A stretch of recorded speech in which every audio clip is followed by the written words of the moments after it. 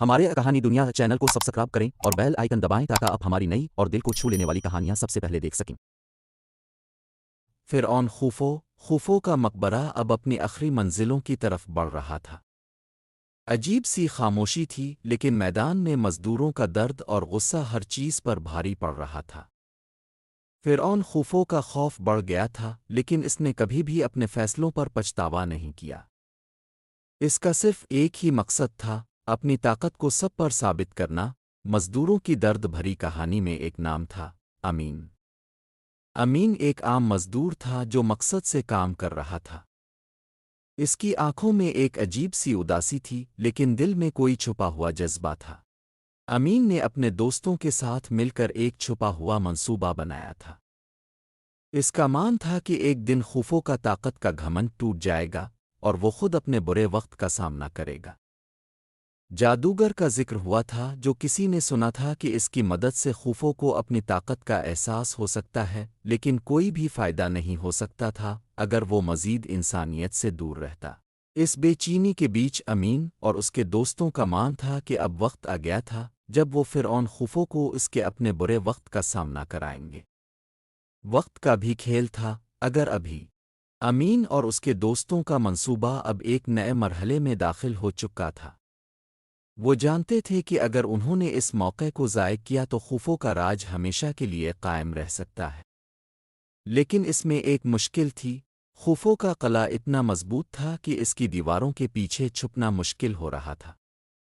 لیکن امین اور اس کے ساتھی کسی بھی قیمت پر کامیاب ہونے کے لیے تیار تھے۔ خوفو کا زہر اس کے دربار میں بھی پھیل چکا تھا۔ اس کا حکم تھا کہ جو شخص بھی اس کی مخالفت کرے گا، اسے فوراً سزا جائے گی۔ لیکن امین کا حوصلہ اس کی ساری جابرانہ طاقتوں سے زیادہ مضبوط تھا۔ وہ جانتا تھا کہ اگر اسے کامیابی حاصل کرنی ہے تو اسے خوفو کی طاقت کو چیلنج کرنا ہوگا۔ خوفو کو خود محسوس ہو رہا تھا کہ کچھ ہونے والا ہے۔ اس کا ذہن مسلسل شک میں ڈوبا ہوا تھا اور وہ رات بھر جاگتا رہتا تھا۔ وہ جانتا تھا کہ اس کی سلطنت کے اندر کوئی تبدیلی ضرور آ رہی ہے، اور وہ اس کے بارے میں کچھ نہیں کر پا رہا تھا۔ اس کے محافظوں کو کئی بار جھگڑوں اور شور کی آوازیں سنائی دی تھیں، لیکن خوفو نے ہمیشہ ان کو نظر انداز کیا تھا کیونکہ اس کا ماننا تھا کہ وہ بے خوف ہے۔ ایک دن جب خوفو اپنے دربار میں بیٹھا تھا، امین اور اس کے دوست ایک اہم قدم الفاٹینے کے لیے تیار تھے۔ وہ جانتے تھے کہ اگر آج انہوں نے اس موقع کو ہاتھ سے جانے دیا تو وہ کبھی بھی اپنی قوم کی مدد نہیں کر سکیں گے۔ وہ خوفو کے قریبی درباریوں کے درمیان چھپ کر اس کے دربار تک پہنچنے کی کوشش کر رہے تھے تاکہ وہ اس کی حکمرانی کے خلاف اپنا قدم اٹھا سکیں۔ خوفو کا ایک اور خفیہ راز تھا، اس کا دل کبھی سکون میں نہیں رہتا تھا، اور یہی وہ کمزوری تھی جسے امین اور اس کے ساتھی جان چکے تھے۔ امین کا یقین تھا کہ خوفو کی طاقت اس کی دل کی کمزوری پر مبنی ہے، اور یہی وہ لمحہ تھا جب وہ اس کی طاقت کو ختم کرنے میں کامیاب ہو سکتے تھے۔ خوفو کا قلعہ اب تک سب سے زیادہ محفوظ سمجھا جاتا تھا، لیکن امین اور اس کے ساتھیوں کی حوصلہ افزائی میں کمی نہیں آئی تھی۔ وہ جانتے تھے کہ اگر وہ خوفو کو شکست دینے میں کامیاب ہو گئے تو ان کی قوم کے لیے آزادی کا دروازہ کھل جائے گا۔ تاہم اس کے دربار میں جتنے درباری اور محافظ تھے، ان سب کا انحصار خوفو کی طاقت پر تھا، اور ان کا ماننا تھا کہ اگر وہ اس کی مخالفت کریں گے تو وہ اپنی جان گنوا بیٹھیں گے۔ امین اور اس کے ساتھیوں نے چپ چاپ منصوبہ بندی کی تھی۔ انہوں نے ایک خفیہ پیغام بھیجا تھا جو صرف خوفو کے سب سے قابل اعتماد وزیر کے پاس پہنچا۔ وزیر کا نام حاتم تھا، اور وہ خوفو کے نزدیک ہونے کے باوجود ایک نیک دل انسان تھا جسے اس کے ظلم کے بارے میں علم ہو چکا تھا۔ حاتم نے پیغام پڑھتے ہی سمجھ لیا کہ امین کا مقصد درست ہے اور اسے مدد فراہم کرنی ہوگی۔ حاتم نے ایک رات خوفو کے دربار میں ایک خاموش ہلچل پیدا کی۔ اس نے خوفو کے سامنے کچھ اہم سوالات الفاٹی، جس سے خوفو کی بے چینی مزید بڑھ گئی۔ وزیر نے اندازہ لگایا کہ خوفو کا دل اندر ہی اندر ٹوٹ رہا ہے، کیونکہ اس کے اپنے لوگ اسے چھوڑنے کی تیاری کر چکے تھے۔ ایک رات جب خوفو اپنی سلطنت کے بارے میں سوچ رہا تھا، اس کے سامنے ایک عجیب منظر آیا۔ اچانک اس کی دروازے پر کھڑی ایک کالی چمکدار سایہ اس کی آنکھوں میں خوف بٹھا گیا۔